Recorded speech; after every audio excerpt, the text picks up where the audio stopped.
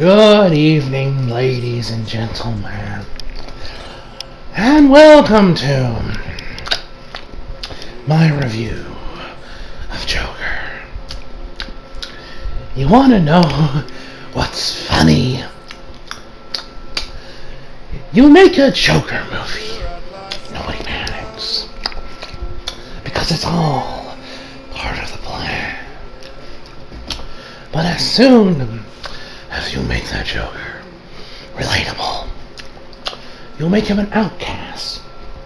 That outcast that most likely all of these little SJWs ranting on Twitter.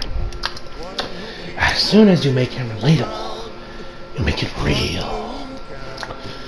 And these SJWs realize that Arthur Fleck was that outcast that they bullied or made fun of back in high school.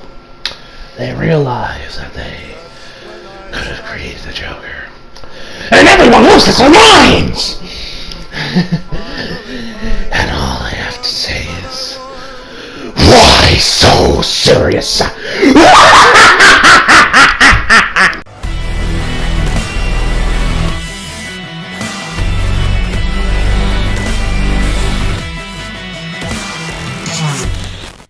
What's good, y'all? What y'all thought of that little intro there? I was actually low-key thinking about doing a Heath Ledger impersonation throughout this whole video, my whole review, just be me impersonating Heath Ledger. But I was just like, I'll just keep it to the intro, so. Yeah. I'm sure I caught all of you off a little off guard with that one. Make sure to drop a like for that one. But anyway, guys, so, I got back from Joker.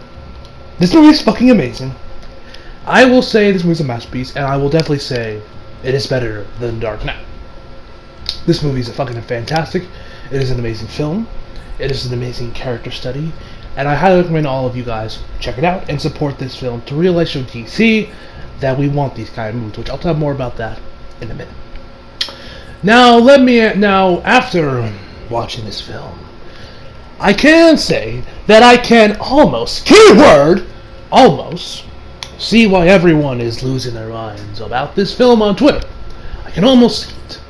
Keyword almost, because I know this movie is not real, and I swear to God, like the amount of people who keep saying, oh, this movie's gonna create psychos, or oh, this movie is going to create the next Joker, and people are asking Joaquin Phoenix, and everything. Oh, what do you think of this movie? Could inspire somebody? He just left. It's like no, and he left the interview, but then came back to finish the question, but.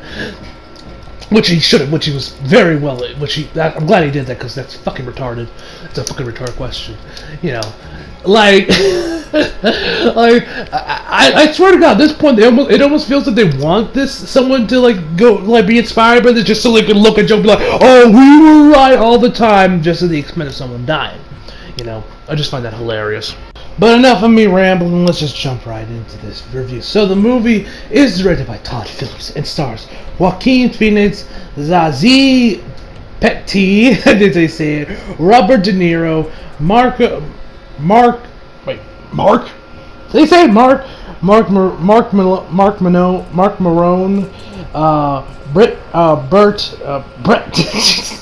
Brett Cullen, Francis Coro, and many more. And the plot of Joker tells the tale of Arthur Fleck as we watch him slowly descend into madness and become the Joker. So, funny story. I remember when this movie first got announced. This was back in, I want to say, 2016. So this movie's been in development for about 3 years. I remember when this movie first got announced back in 2016, everyone was kind of against it, because they're like, wait, this makes no sense, it's set in an alternate universe, we're going to have two Jokers around, people are going to get confused.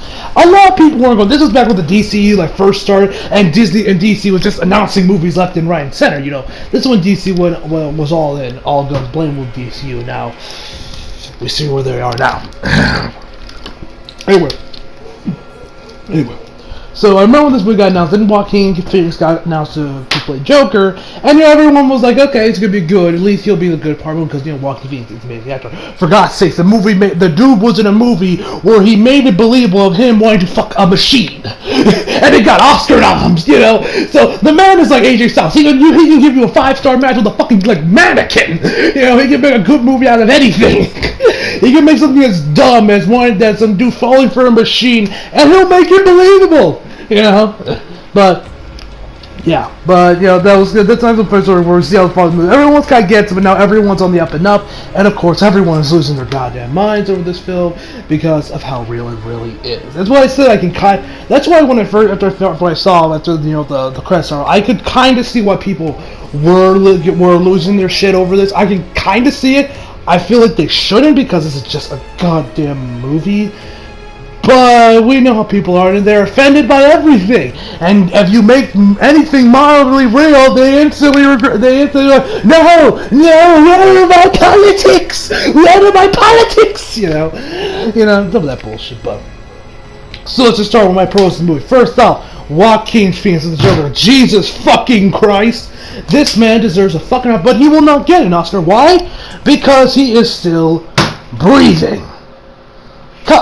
And I say that because we all know Heath Ledger won his Oscar for The Joker: The Dark Knight, as he rightfully deserved. But there was also one other thing about it.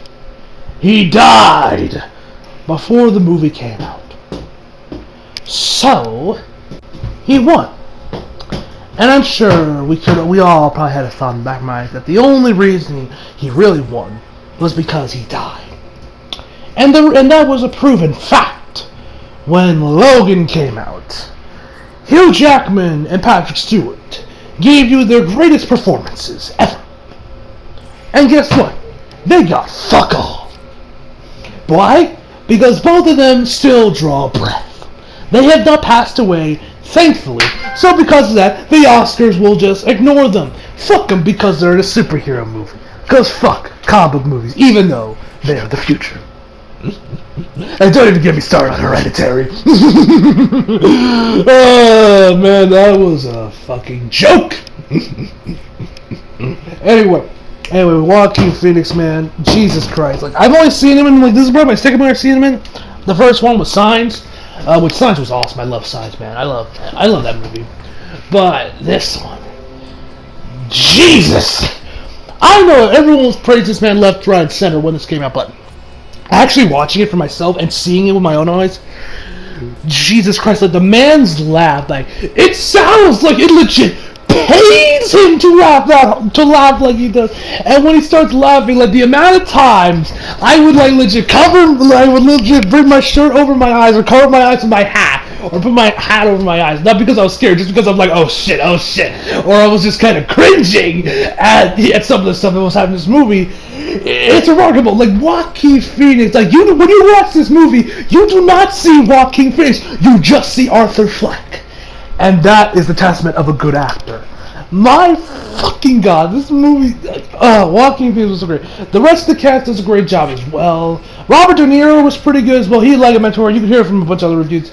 Everyone says he could have very easily phoned it in, which but they definitely didn't, because he had one more important scene at the end of the movie with the when they go to the little talk show, and it was some great stuff. Robert De Niro, I wouldn't go as far as saying it's on his A because he was also, because Simon his A was definitely in Silver Linings Playbook, but he definitely showed up to work. He definitely showed up to work for this, which was appreciated for that. The rest of the cast also did great.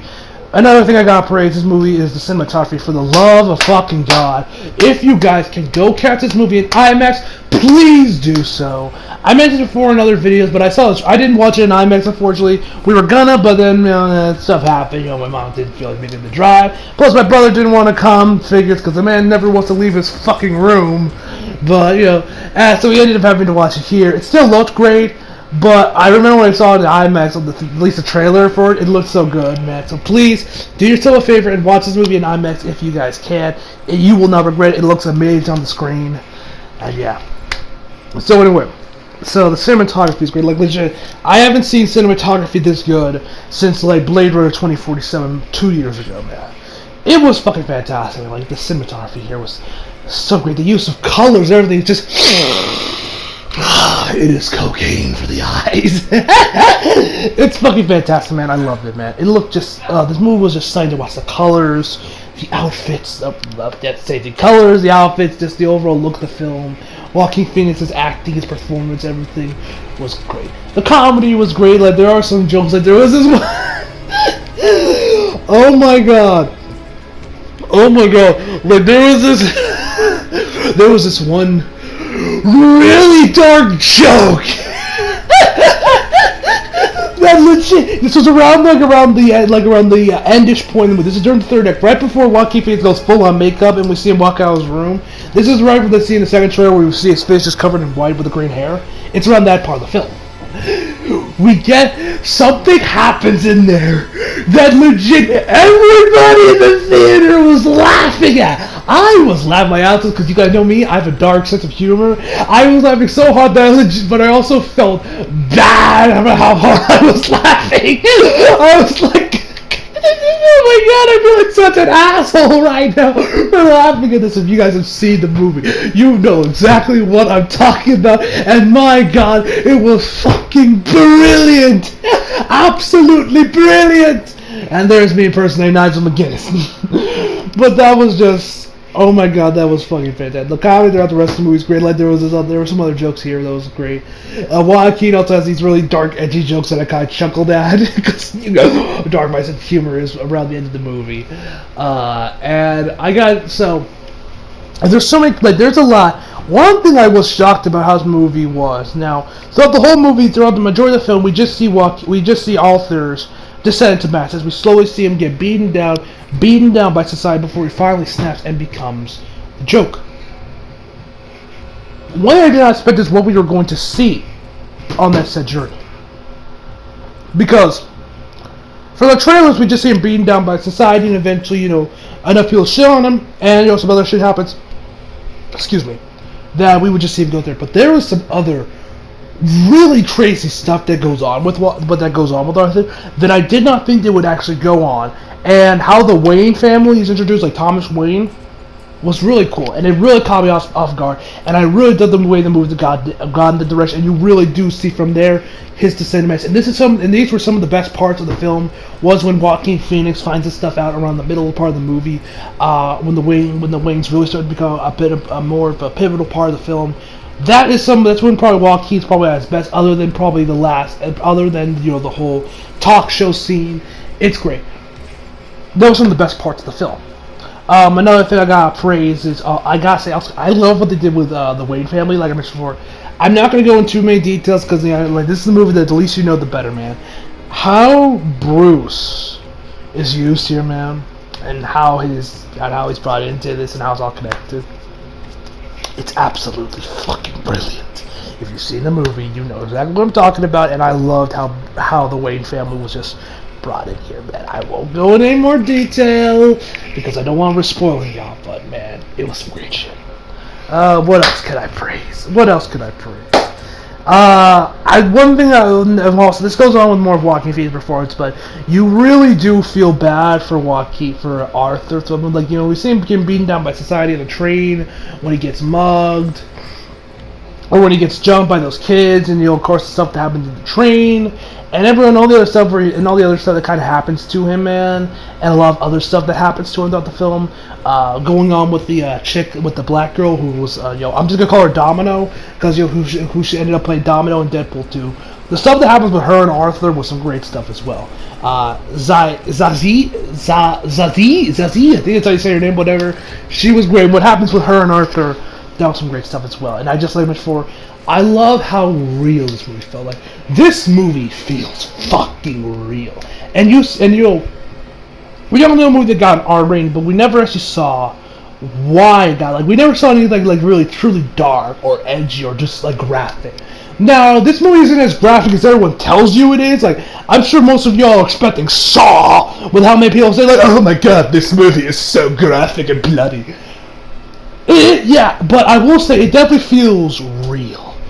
The kills, how it happens, and some of the other stuff that happens with blood and everything, man. This movie just feels so real. And I gotta praise it for that, man. This movie feels fucking real. And this isn't just Todd Phillips' vision, man. And what he does here, man, it's just fantastic, man. Like, and the oh, I almost forgot the music.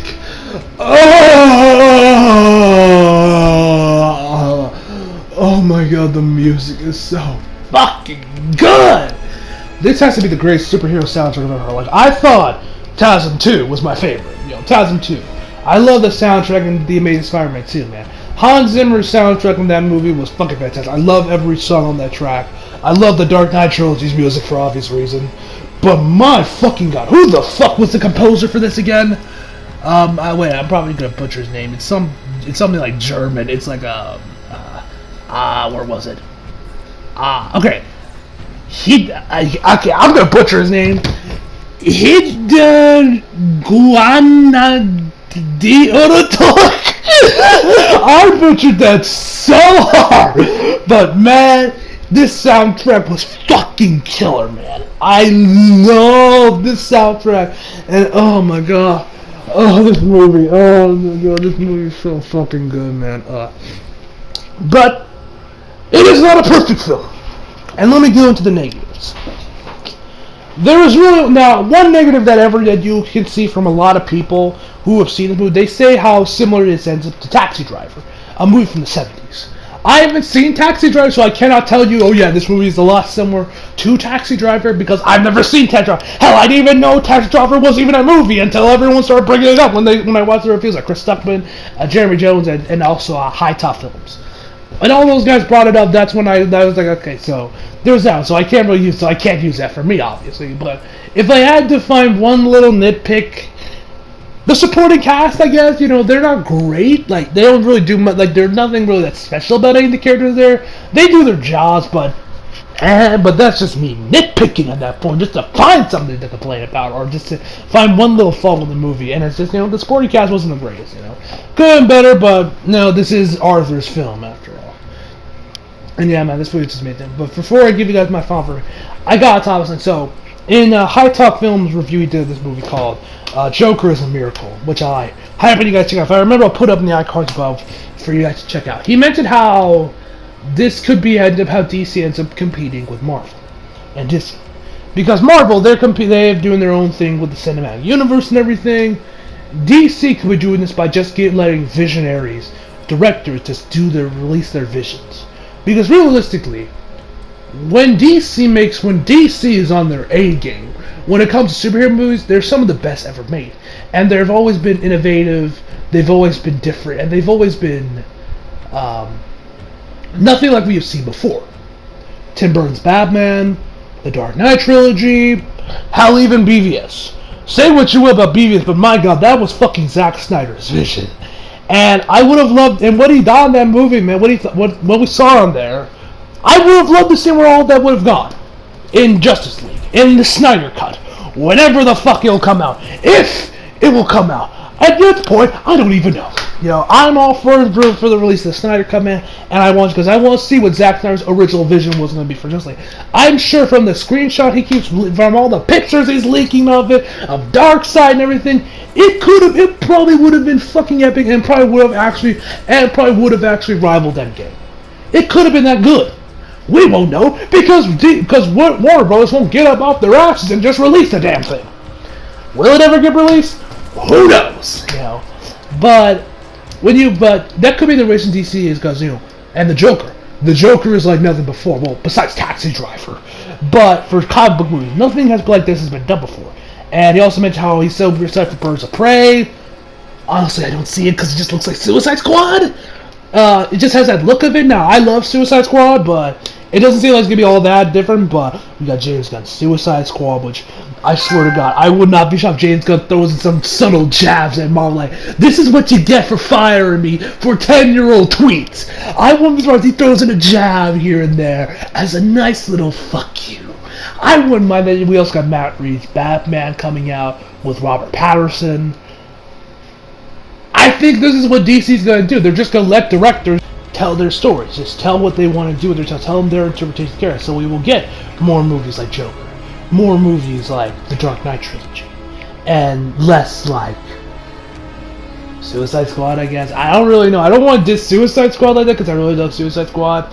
But let's just try to compete with Marvel instead of let's just try and do our own thing, which seems like that's what they're going to go with DC. You know, we got Birds of Prey later on next year, and of course we got Matt Reeves' Batman movie, and we of course got James Gunn's Suicide Squad movie, and we'll probably never get a Man of Steel 2. But you know, that's enough of me rambling. Enough of me telling this movie. Just go out and see it. You will not turn into a mass psychopath. Trust me on this. I am autistic and I am sane. I am still sane. I'm good. You know. So you guys will be just fine. You guys will be just fine. To catch it, you will not become a psychopathic murderer.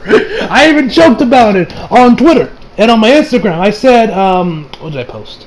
I posted like with a picture of my ticket, which is, you guys know I always do that when I'm on. You guys know I always do that. I posted, what did I post? I said, man, I sure hope I don't become a mass murdering psychopathic school shooter after seeing this. You guys know how dark my sense of humor is. And yeah, so just go out and watch it, man. Support this film and tell DC we want more like this.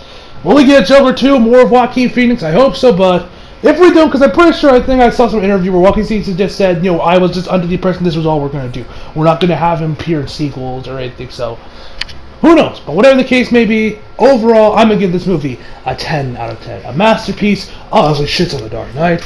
And watch it. My God, watch it. Because this movie is fucking legit. And I just love how real it feels. Anyway, so hope y'all enjoyed the video. Leave a like if you did. Subscribe if you're new. Follow me on Instagram and Twitter. Flag at least down in the description box below. And as always, come back for more. See you guys next time.